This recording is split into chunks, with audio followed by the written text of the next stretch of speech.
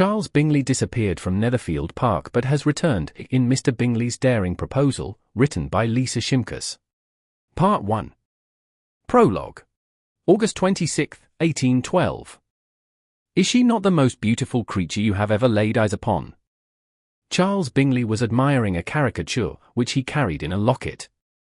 The image was that of a woman. Though one could not tell, just by looking at it, the exact features the woman had, the owner could recall her looks as if he had only spoken with her yesterday. Her eyes were as blue as the ocean, her cheeks as red as a rose, and her hair was that of golden curls. I may agree that she is handsome, though you and I vary in our definitions of beauty, replied his companion. Plainly speaking, I do not comprehend your attachment to that young woman. The comment only produced laughter from Bingley. Come now, Darcy, you have only just arrived in London, and already you sound as if you have been slaving away at work. Fitzwilliam Darcy had his reasons for not seeing the world through rose-coloured spectacles, as Bingley did. Do not forget, my ride has been long and arduous, was his excuse. I much prefer a horse over coaches, but I would not want to bring my animals all this way. Yes, Pemberley is a fine house. I long to return to Netherfield Park myself. I am nearly done with all this paperwork, and seeing that my men are performing as they should be, Caroline and I will be ready to depart come this time tomorrow. So soon? Darcy asked. Bingley laughed. We have been in London since November of last year. I long for the country. It was true that Bingley left his home of Netherfield Park, in Hertfordshire, suddenly in the past year. All was for good reason. His business partner and his late father's friend, Mr. Westenra, died suddenly. This left Bingley to deal with whatever matters were under Mr. Westenra's care. Fortune was on his side, as Bingley's late partner had a son, also in the trade, and the young man was then promoted into his father's role. Now that Bingley had a trustworthy partner in place once more, he could return to the country and handle business from there. Bingley took this moment to look around the room. He and Darcy were standing in his rented apartment. The house had 3 rooms and a study. The space in which the 2 men occupied held a desk, covered in Bingley's work, a fireplace, and 2 chairs for consulting business partners and guests. As much as Bingley enjoyed the house, which had ample space for Caroline, the landlady, and himself, he yearned for Netherfield Park. Bingley longed to be in his own house in the country. He tired of the constant noise outside the window, from horses trotting by to families and young lovers promenading. His room, which was in the back of the house, also overlooked a dirty, unkept yard, or what should be a yard. London itself never slept, unlike Hertfordshire, which would grow as still as a mouse in the night. Bingley found it hard to concentrate in such a busy city. He much preferred the country. Darcy pulled out one of the chairs and sat himself down. And you wish to see that woman you carry in your hand, he remarked. Bingley shut the locket and placed it back in the innermost pocket of his jacket. Most definitely. Never have I been with such a sweet and gentle creature as she, Miss Jane Bennet. Bingley and Miss Bennet met 2 years prior, when he first leased Netherfield Park. To Bingley, the eldest daughter of the Bennet family was not only beautiful but kind and caring. She had inquired after his family and himself, and they spoke of many similar topics, from poetry to operas. Bingley was immediately drawn to not only Miss Bennet's character but the conversations they shared. It was easy for Bingley to voice himself to Miss Bennet, without any judgment on her part. Miss Bennet also proved to be much like Bingley himself, and these similarities were what he'd always wished for in a life partner. Bingley wanted an equal. Are you certain you are ready to leave your business to your partner and solicitor? Darcy inquired. Bingley laughed. Nonsense, Darcy. I only wish to allow them to do their part and I my own. I can manage my work easily from Netherfield Park. I am no longer needed in London, now that young Mr. Westenra has proven he understands the business. And should they need my immediate assistance once more, they need only write. I feel you are leaving too soon, said Darcy. Bingley knew his friend was right. Darcy always had his best interest at heart. He had been like a second father to Bingley, after the senior Mr. Bingley passed away. Darcy had always been the wiser of the 2 friends. Bingley withered into his chair, feeling drawn in two different directions by invisible horses. A part of him, the definite one that wanted to leave London, tugged to the right, while the other more uncertain side of himself pulled to the left. "Then what do you suppose I should do?" he asked. "You were right in having us come here last year. I've accomplished a lot, but I also want to see Miss Bennet and Netherfield once more. I also miss our friends in the country. Truly, I tire of the city and need fresh air." Bingley could tell his friend was contemplating their situation, as Darcy sat quietly for some time. The former hoped the latter would sympathize with him and allow him to take a break. One month, Darcy finally said, "I say go to Netherfield Park for a month and return to see to your business." "I shall." Bingley began to gather the paperwork on his desktop so that he may begin preparing for his return journey. He was eager to reunite with the woman who had stolen his heart. Chapter 1. Mr. and Mrs. Bennet of Longbourn, in Hertfordshire, were fortunate to have 5 healthy children. They, however, had the misfortune of bearing only girls. This being the case, Mrs. Bennet made it her goal to ensure that each of her daughters married into wealth. With their family estate going into the hands of the nearest male heir, Mr. Bennet's cousin, a clergyman by the name of Mr. Collins, Mrs. Bennet was even determined to marry one of her girls to the gentleman. It so happened that on this particular morning, Mr. Collins came to Longbourn. Jane, the eldest, was helping cook gather vegetables from the kitchen garden when she heard voices. "Oh, it's that insufferable man. Don't just stand there. Quick, hide! Go, go, go, before he sees us." Jane looked up to see 3 of her sisters racing out of the house. Lizzie, who came after Jane in birth, gaily skipped over, while Kitty and Lydia raced away from the property. "What is the matter?" Jane inquired of Lizzie. "It's Mr. Collins," Lizzie grumbled. "I just returned from Charlotte Lucas's to find the man coming up the road." Jane could not comprehend the danger her sisters felt with the presence of their cousin. The gentleman may enjoy complimenting himself and boasting about his connections, but he was also kind and noble. "You are fortunate to have no worries when it comes to Mr. Collins," Lizzie spoke, taking the basket from Jane, so as to look busy, "for you have Mr. Bingley." At these words, Jane's expression fell, and she knew her sister could sense her dismay. "Mr. Bingley will come back," Lizzie assured her. Try as she could to hold on to the same enthusiasm her sister had, Jane couldn't. When Charles Bingley, the man whom she thought would marry her one day, suddenly left the country last autumn, without any notice, Jane's hopes of a happy future were diminished. "Oh, Lizzie, I've stopped dreaming of Mr. Bingley's return," Jane confessed. "I've convinced myself that he left so suddenly because he learned of another woman. London is full of beautiful women, you see, and all more accomplished than myself." Lizzie laughed. "My dearest sister, you do not believe that. I have never heard you speak such nonsense. He hasn't written since he left." Jane tried to hold her temper, to remain the sweet, gentle soul her family always knew her to be, but she struggled. She twisted a string bean in her hands instead. "I have accepted that he no longer cherishes what we have, or rather had, and we are no more." Lizzie dropped the basket onto the ground and grabbed her sister's hands, squeezing them tightly. "I know you are heartbroken, my dear sister, but please do not despair," said she. "I know Mr. Bingley still loves you." There was silence, as Lizzie's nose scrunched. "Business took him away, and the work has occupied his time, that is all. Think nothing more of the matter." Jane could not, believe Lizzie. Mr. Bingley had been gone for too long, and he had not written nor responded to the letters she had sent to his London residence. She had accepted that the man she loved had moved on, and so must she.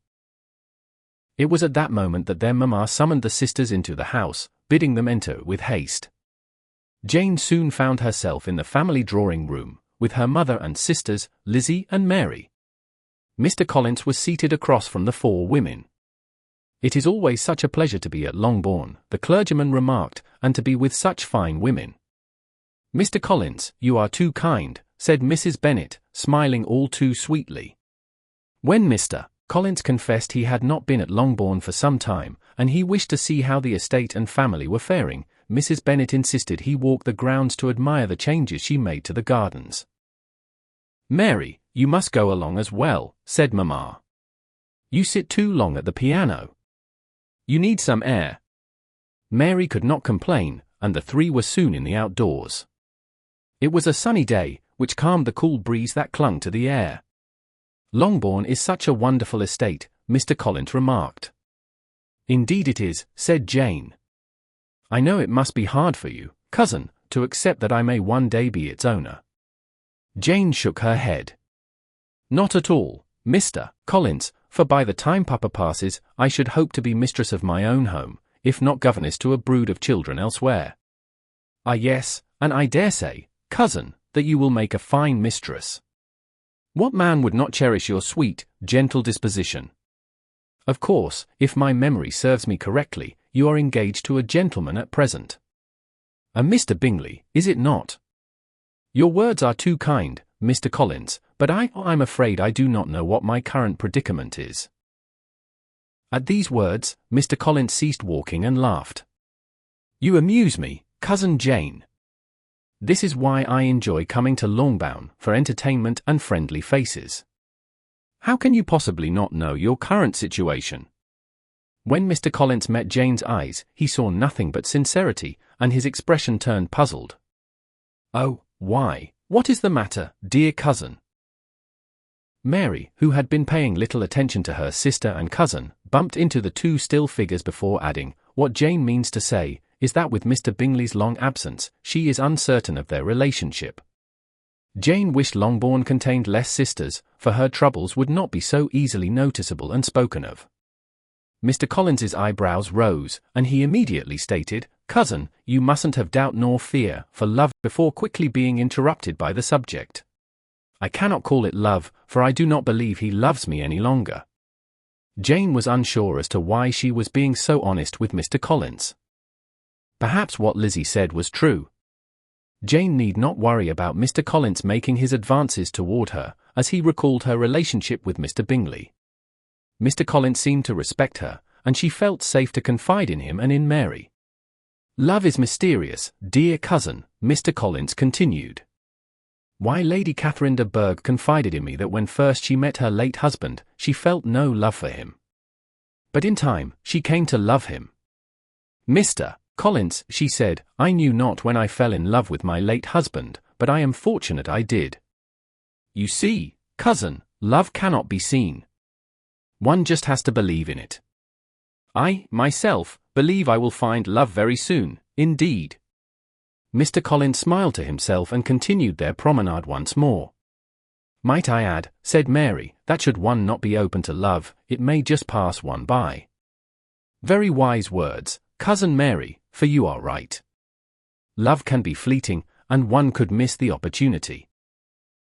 Jane could not comprehend Mr. Collins's nor Mary's words.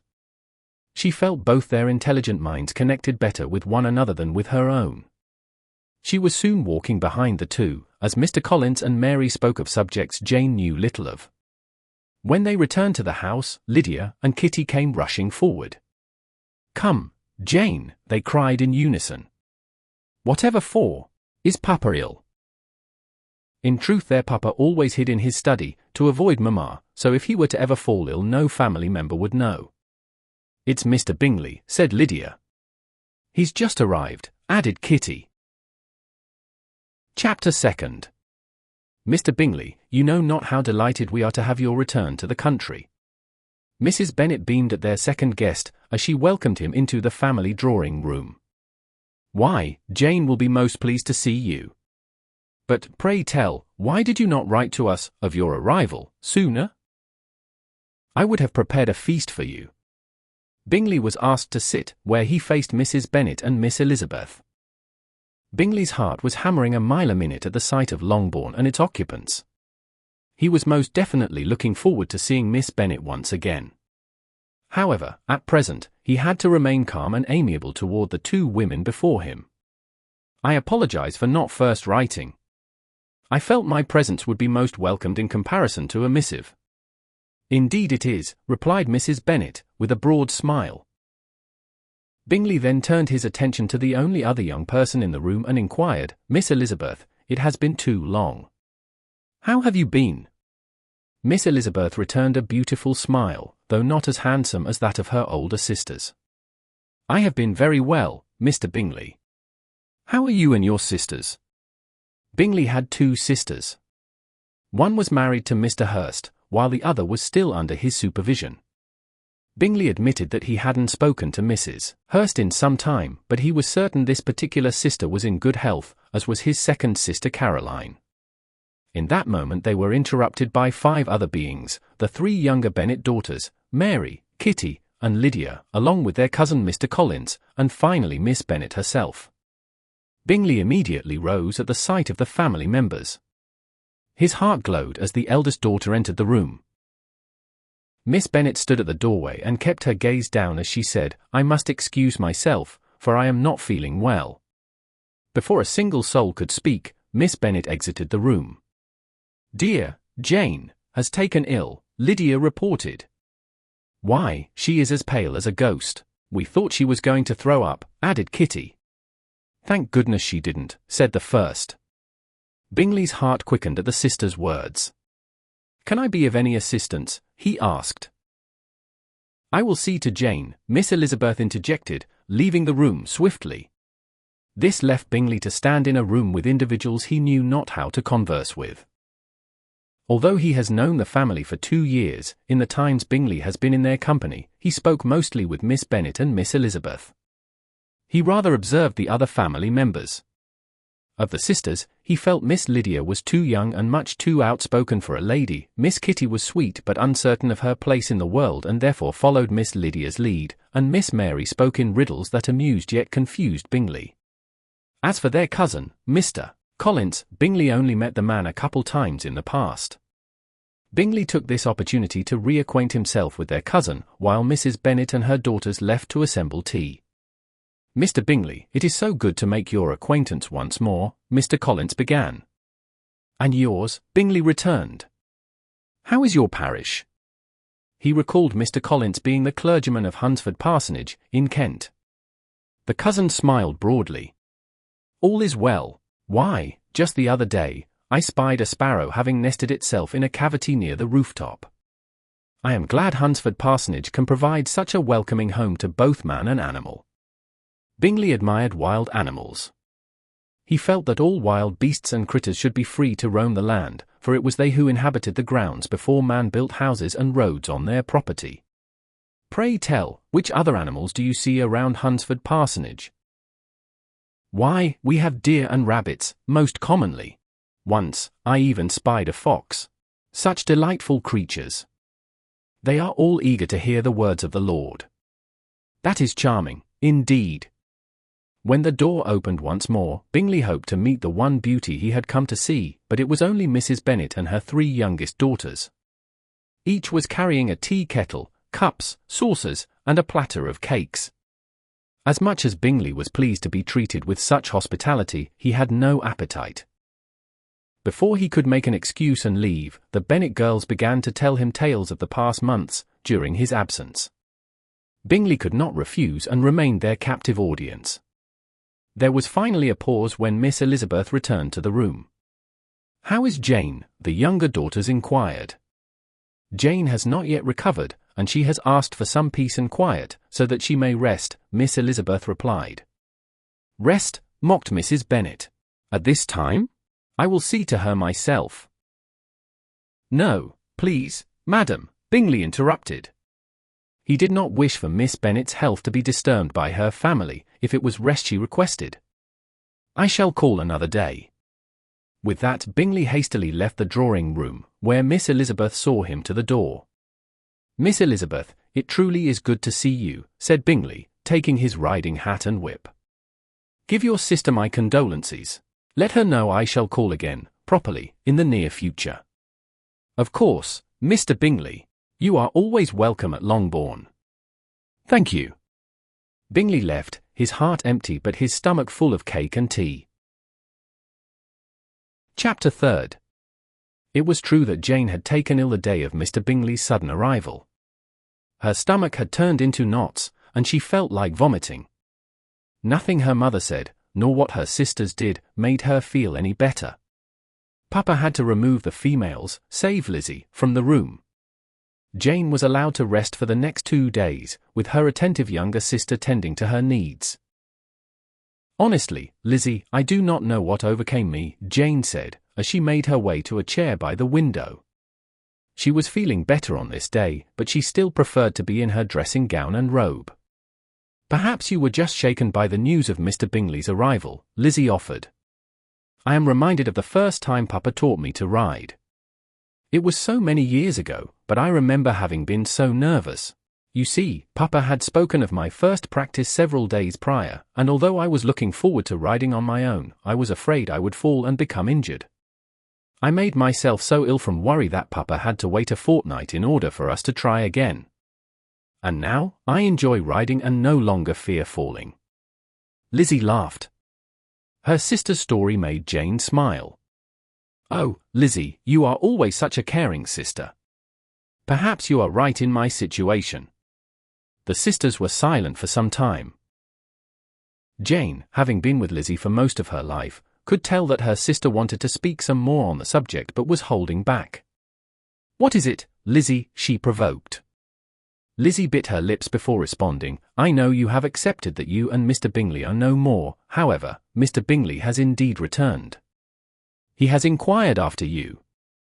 Certainly that means he still loves you, even if not in the way you would have hoped. If he were to call once more, would you speak with him?" Jane stared at her hands. Just the thought of confronting Mr. Bingley made the eldest sister feel sick once more. "I cannot bear it," she confessed. "I admit there was a time when all I longed for was to see his face, but now—" Jane shook her head. Lizzie nodded. "Then I shall press you no further.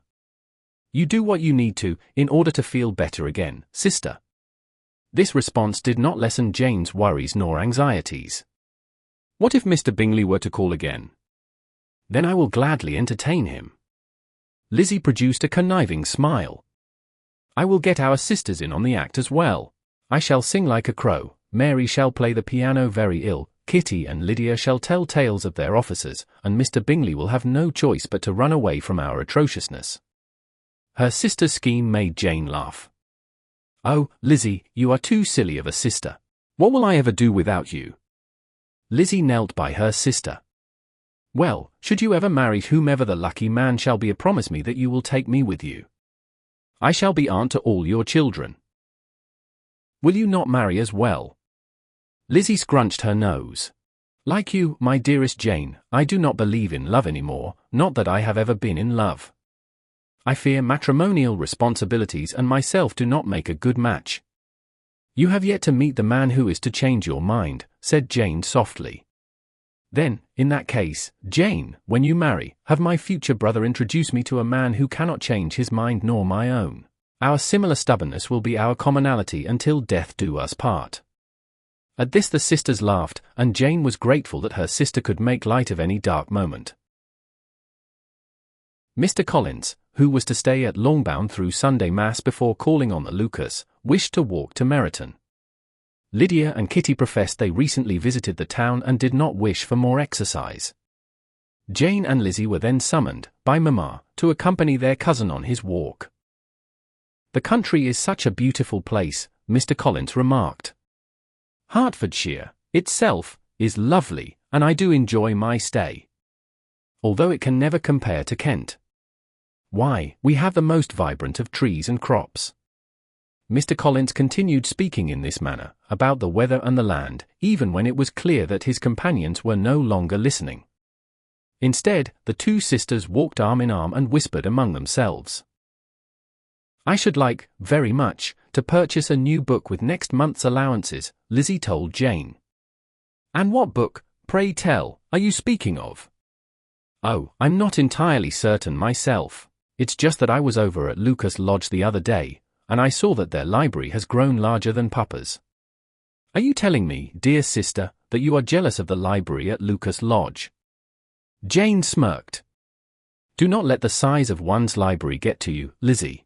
I know you have read the books in Papa's library many times over, but cannot you appreciate the history we have with those volumes?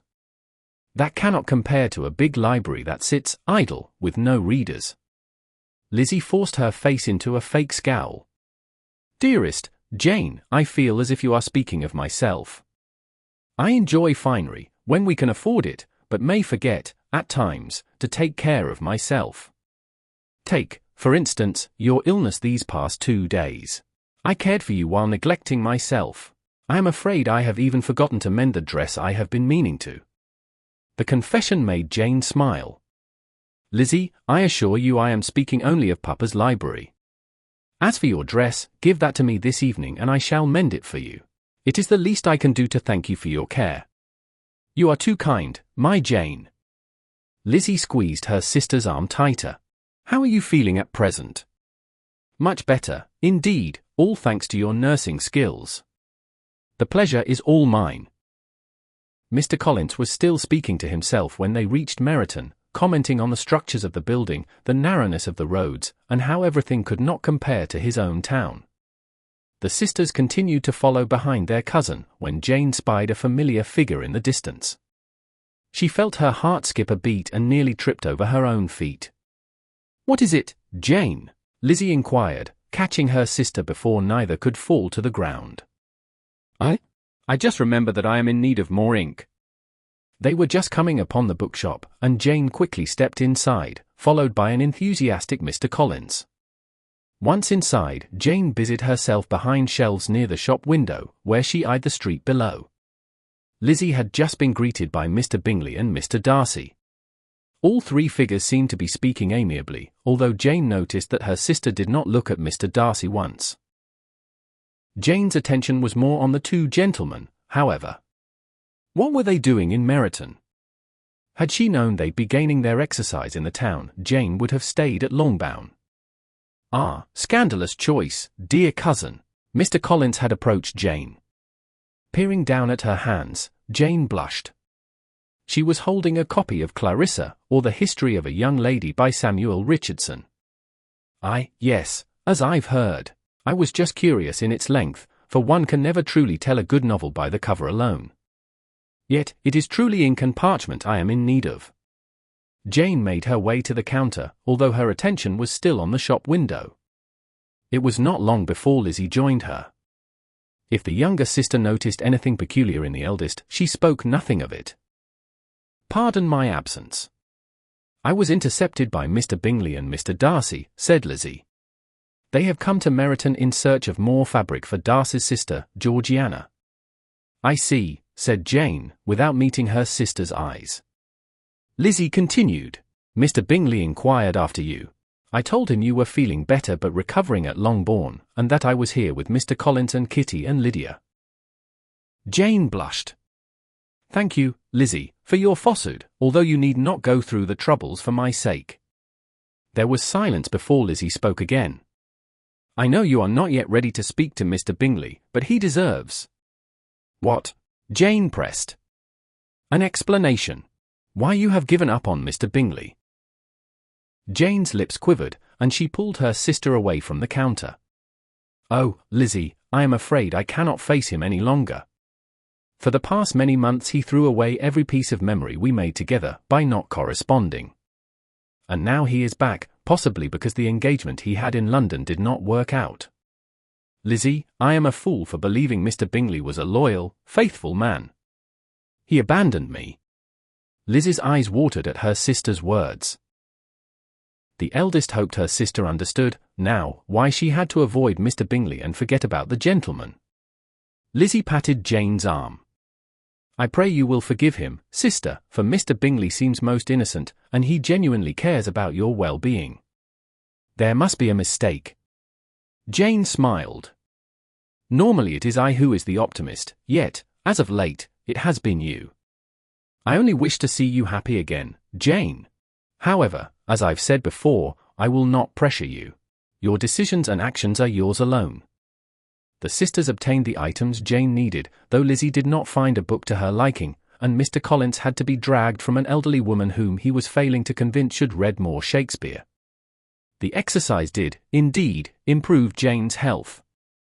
Once they returned to Longbourn, she had many great things to say, in writing, to her friends. Chapter 4.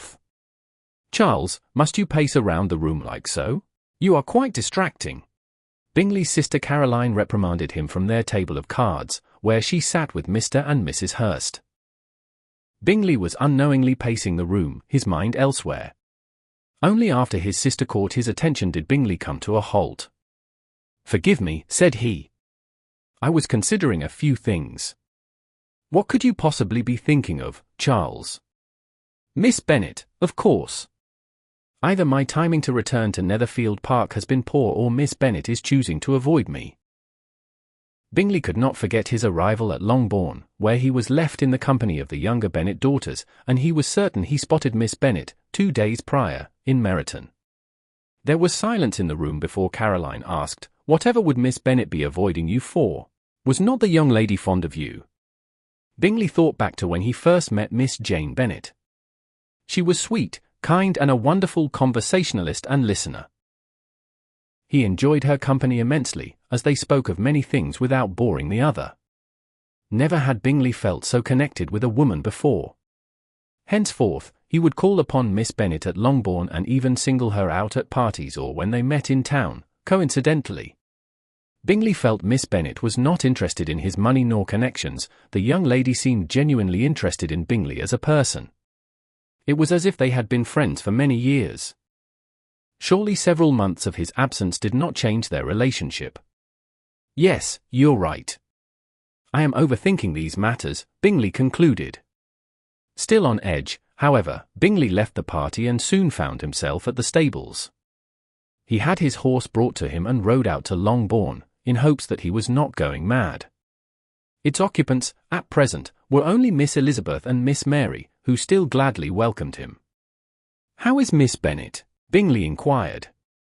"And yourselves, of course." "We are well," replied Miss Elizabeth. "Though you must excuse our parents and sisters for their absence. They have called upon the Townsends today." "I see." Bingley's heart fell. "My timing is poor, and I apologize for not first writing." "Not at all," Miss Elizabeth assured him. "Your presence is always welcome. When do you suppose I can call upon Miss Bennet next?" Bingley did not hesitate to make known his true intentions for being at Longbourn. The two sisters looked from one to the other, neither one speaking, and Bingley felt hopeless, he felt desperate. "May I be honest, Miss Elizabeth and Miss Mary?" he asked. The sisters nodded. Bingley ran his hands through his hair to calm his nerves before speaking. "I may be wrong, but I feel as though Miss Bennet is avoiding my presence.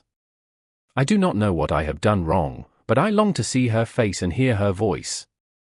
Again, the sisters did not speak. Bingley could not fault the sisters. They knew nothing of his troubles, and he did not wish to burden them. "Perhaps if you were to write to her," Miss Elizabeth suggested, "our sister may be able to correspond with you. Dear Jane has been ill and occupied with friends as of late, but I am sure she would have the time to read a letter from you." Miss Mary nodded in agreement. Where one cannot speak from the mouth, one can write from the heart. Bingley felt as if his head were a rifle being triggered. A letter? Of course. Why had he not thought of it prior? Bingley had been telling the Bennets he would write to them, and yet he had not done so. "Yes, that is a brilliant idea, Miss Elizabeth and Miss Mary." Bingley hesitated. "Although, do you suppose my missive would be intruding, if not unwelcomed?" Doubt still clung to him like a cloak. If Bingley could not gain Miss Bennet's attention in person, how could he possibly gain it through a letter? "Of course it would."